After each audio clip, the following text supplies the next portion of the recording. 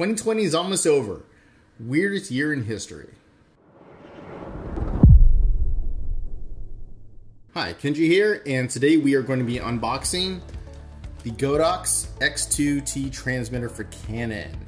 Alright, I want to give you a little bit of history. I have actually used the Nikon version of this, except the version 1. It is right here. This is the version X1T, and right here. So this is, as I said, this is the Nikon version. You could tell because right here underneath the T and next to the 1 is a little N, and that is for Nikon. Now, I assume that the one for Canon is going to have like a little C on it. We can kind of see that a little bit on the box. Let me show this right here. So on the box, it has like a little C underneath the T. So this is the Canon version of it. And actually, you know what? You can probably tell from this top part right here too. Let's just see. All right, so these things here are really, really good if you have any of the Godox or Flashpoint lights. I've actually bought into the Godox and Flashpoint lights a long time ago. Probably about 3 years ago, I started using the Godox AD600, and I bought one. And then probably about 6 months later, I liked this so much that I wanted to get a second one. After that, I bought the AD200s, which are a little bit larger than speed lights. And I've liked those a lot as well. So now I actually have a 4-light system. But it doesn't stop there. I also bought one of the Godox flashes that also can tie into the wireless system as well. So I actually have 5 lights I can actually use total, and I can control all of them from something just like this.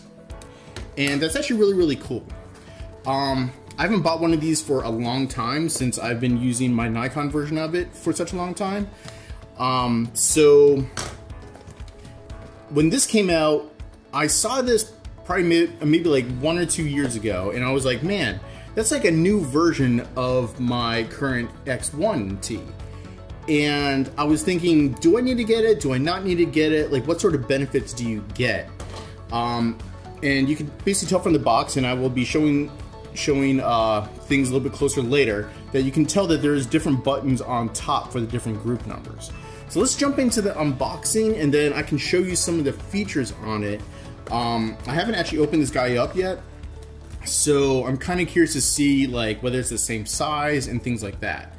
So let's just first talk about the box. It's a very simplistic box. I kind of like that. It's not super big. It doesn't have a ton of packaging, so it's definitely a little bit better for the environment if you don't have like a giant clamshell box made out of plastic. Now, I don't know what's inside here, but right now it's just cardboard. So hey, that's good. All right, let's jump into it. Here we go. Going to open up this. Okay, so there's plastic inside here. That's all right. And let's pull it out. Okay, nothing else left in the box. Put that off to the side. And okay. Can't forget about the silicone gel packs. Wait, don't do that. Don't do that. Next thing. I don't know what this is. Oh, you know what? It's right there on the back.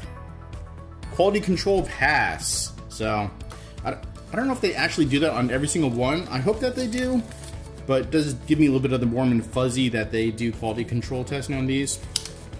This over here looks to be just a warranty card for sending in. So, if you ever want to sell these guys off and you don't actually register these, then you can always keep it inside the box for whenever you sell them, right? And over here is the instruction manual for it. These things normally aren't too complicated, but I think there's a few extra features on this particular transmitter than that's on the Nikon version of it. So we'll see. Maybe I do actually need to pull this out in order to figure out how it works. So I'm gonna put this off to the side, and we may address that later if I can't figure out how to use this thing right off the bat. So that's it. I'm gonna pull the actual transmitter out. It's not the flash, it's the transmitter. So as I said before, right over here underneath the T, you can see that there's a C, so that's for Canon. And when I'm looking at this thing right now, it actually looks kind of similar. It's a little bit more boxy than the X1 version. Like the X1 version has very rounded sides over here, and the X2 version of it is a little bit more boxy. And that's not necessarily a bad thing. It's just kind of like something I just noticed right there. So that's all right. And what you can do is you can basically pull out the battery cover and add in batteries, and I might do that, but that might be for the full review. This one over here actually has like a little dial on the bottom, I assume to basically change the different flash power on it, and it's kind of clicky. It doesn't feel like like it has like a lot of tension on it. It feels maybe slightly cheap, but as long as it holds up, I really don't care. And by the way, I do want to let you know that this transmitter comes in at $59, so basically $60. And this is actually the second transmitter that I bought for my Canon. The first one is this one right here. This is, actually, what do they even call this one? I guess it's the X Pro C over here. And this one over here, I got it because I thought I would really like the large screen on it, and you can have the dedicated buttons on the side so that you can actually change different power levels of every single group inside your system that you are configuring. And it definitely is nice for that aspect of it. But the reason why I decided to pick this guy up is not that I didn't like that this guy has a very, very large screen. It was actually because of something that this thing lacks. And I bet you can guess what that thing is. That is this guy right there. This, face towards the camera. This thing over here is the hot shoe. So any information that comes in through this bottom hot shoe over here gets relayed up to this top hot shoe. So if you want to add on a second transmitter, you know, let's say you have Pocket Wizards or something like that, you can always just plug it into this hot shoe up here, and then it will trigger just like this thing triggers. And that's actually kind of nice to be able to do that. But not only that, but you also have other things that you can add into this that only requires, let's say, a cold shoe. For instance, let me go ahead and grab this really quick. Aha! These guys right here. These are basically a shutter release for a camera, and it's not dedicated for Nikon. It's not dedicated for Canon or Sony. It's basically just like a dummy sort of wireless shutter release. And I really like that it's wireless because you don't have to have like a long cable that goes over to your camera. And the thing is that the way that you normally put this onto your camera is you normally attach it with this cold shoe over here. And when I was trying to use my Canon camera and trying to take some photos, and I wanted to use this wireless shutter release, I couldn't actually do it when I'm trying to use my lights. And the reason why is because this will sit inside the hot shoe in my camera, and this this over here I normally plug into my hot shoe on top of the transmitter, just like this, and it just kind of holds it there.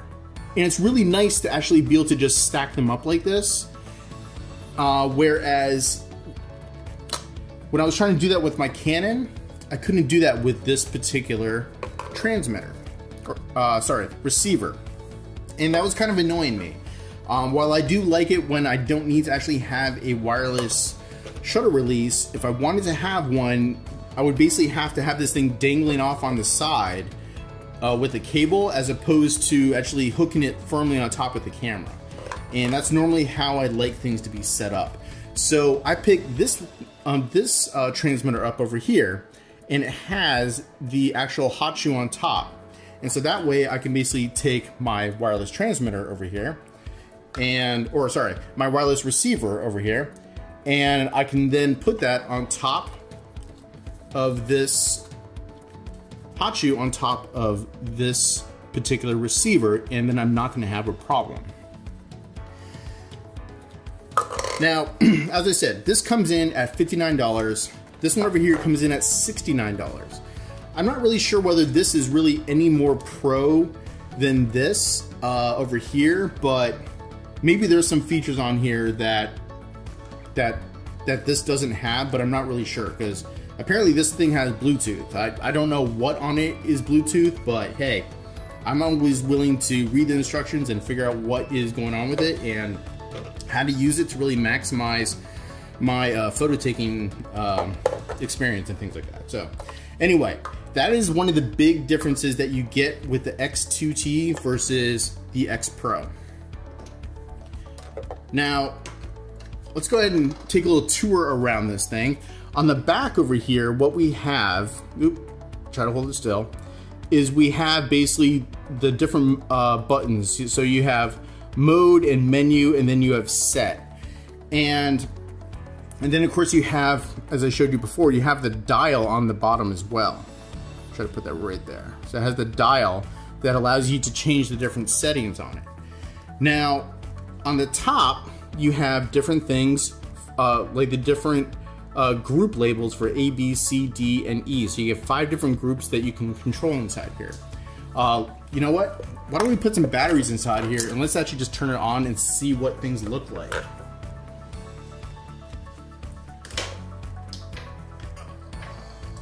Okay. All right.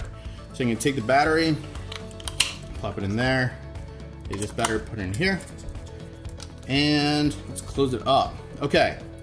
So on the side, what you actually have, try to angle this a little bit towards the light over here so you can see it a little bit better. So you have basically the on-off switch over here, and then over here is the modeling light switch. At least I think that's the modeling light. I'm not exactly sure what that is, but I think it's actually meant for turning on and off the modeling light. So if we were to basically turn this guy on, you can see on the back over here that this basically now has the different groups and things like that. Now, if I wanted to change different power levels, let's see, I would assume basically I just hit the top button for A if I want to change the A power level. So then that highlights the A group right there. And then at that point, I can then take this dial on the bottom and I can turn it, and it will now change the different values. So now it's a 1/4, 1/8, 1/32, 1/64, and all the way up to 1/28. Now, I think I saw that this actually can go down to 1/256 as well. And that's actually really good to be able to do that, because certain flashes like the AD600 by Godox or Flashpoint, it's a very powerful flash. So if you can actually go up that, or should I say, bring the power level down to that level, sometimes it really helps so you don't overexpose your subject like a little bit too much. Now this thing over here, it does high-speed sync, and if you want to get flashes nowadays, you really want to make sure that you get flashes and transmitters and receivers that can actually work with high-speed sync. A lot of the cameras, even the ones in the lower price ranges, they're starting to be able to bring their shutter speeds up to 1/8000th of a second, and at the very least they can go to 1/4000th of a second. And normally when you want to sync a flash with the camera, if you don't use high-speed sync, you are going to be stuck with basically 1/200th of a second. And sometimes that is really not fast enough. If you're trying to do like certain shots, like with dance photos or sports or things like that, then you really can't freeze action very well with 1/200th of a second. You really want to be going up to maybe 1/500th of a second, or maybe a little bit higher than that. And so being able to have a flash that can actually do high-speed sync up to 1/8000th of a second can actually really help out a lot. Now, now this thing can definitely do that. And hey, So could my old one, which is why I really liked it a lot. Really, the only difference that I can see on this is that this thing over here actually allows you to just hit a button to change to the different groups, which is really convenient, versus on this one over here, which I don't have batteries inside of it. So let me go ahead and pull a couple batteries out and I will show you the difference. So over here, so this guy over here, the LCD screen's a little bit beat up, but over here, what you basically have is you have the different groups over here, and they're displayed over here on the left. Now, the only way to change that is to basically rotate this dial over here, and that works pretty easily. I always found that the dial was actually counterintuitive to how I normally do scrolling. Normally, I would like to scroll down and see that the list goes down, but actually when you scroll down on this, you can actually see that everything goes backwards. And I don't know if they call that natural scrolling or something like that, but that's not really what I grew up with when it came down to scrolling with a computer mouse. So whenever I encounter this sort of scrolling where you scroll down and everything goes in the opposite direction from what I'm used to, I find that very, very weird. And I always end up having to like scroll in one direction, realize I'm going in the wrong direction, and then I have to switch to the opposite direction. So the only way for you to change to the different groups with this particular transmitter is to basically scroll down like this until you reach the right group. And there's a little arrow on the side that tells you, hey, this is the group that you are modifying. So one of the big reasons why I bought this one over here was purely because I can just hit a button right over here to know exactly which group I'm going to be modifying. And then after that, I just simply, I think this went into power saving mode. Yeah, okay. It just powered back up. Okay, so I really like being able to just hit a button and see, I'm clicking the buttons right over here, and you can see that it's basically jumping to that particular group. There is no more scrolling. And I find that really, really nice, and that's actually the big reason why I bought this. I'm kind of curious to see what some of the other features are on it, things like Bluetooth and things like that, but that was really the main reason why I bought it. On the bottom over here, I'm gonna go ahead and show you this. There's a little thing right here that allows you to lock it onto the cold shoe the hot shoe on your camera. And so you just basically push it and it just slides and it locks. Just like that, you heard it click. And then in order to pull off your camera, you basically just hit this button and then you switch it back and then it unlocks. So it's kind of interesting because that's not what I'm really used to. I find it a lot easier to be able to just do one click in order to make sure that it's secured onto your camera, versus the old one over here. It basically just had a little thing that screws on. It's just a little threaded screw that allows you to cinch it and tighten it onto your hot shoe. Now, I was never really nervous that this was gonna fall off my camera from this screw sort of being tightened down on it. It's just a different way that this attaches. So that's actually one new change that they made to their to this particular transmitter. So all in all, this thing is pretty much about the same weight as the old one. It seems to have like a few new features. It definitely has dedicated buttons over here, which I really like a lot. The plastic on it is made out of plastic, which actually helps keep the weight on it down. But the plastic seems pretty durable, and I've been using these transmitters for years, so I don't really have any concerns or anything that I'm really worried about using this in the field. I will let you know after I've been using this for a while about the things that I like and the things that I don't like about this particular transmitter, but I did want to kind of point out some of the differences that this had compared to the X1 transmitter and also to the X Pro right here. So if you have any questions about this or things that you want me to try out with this, I'd be happy to give it a go, and I can give you my answers inside the comments. So just throw your questions down in the comments and I'll respond pretty much as fast as I can. Don't forget to like and subscribe. It really helps out this channel a lot as I'm trying to grow it. And until the next unboxing or next review, hey, take care.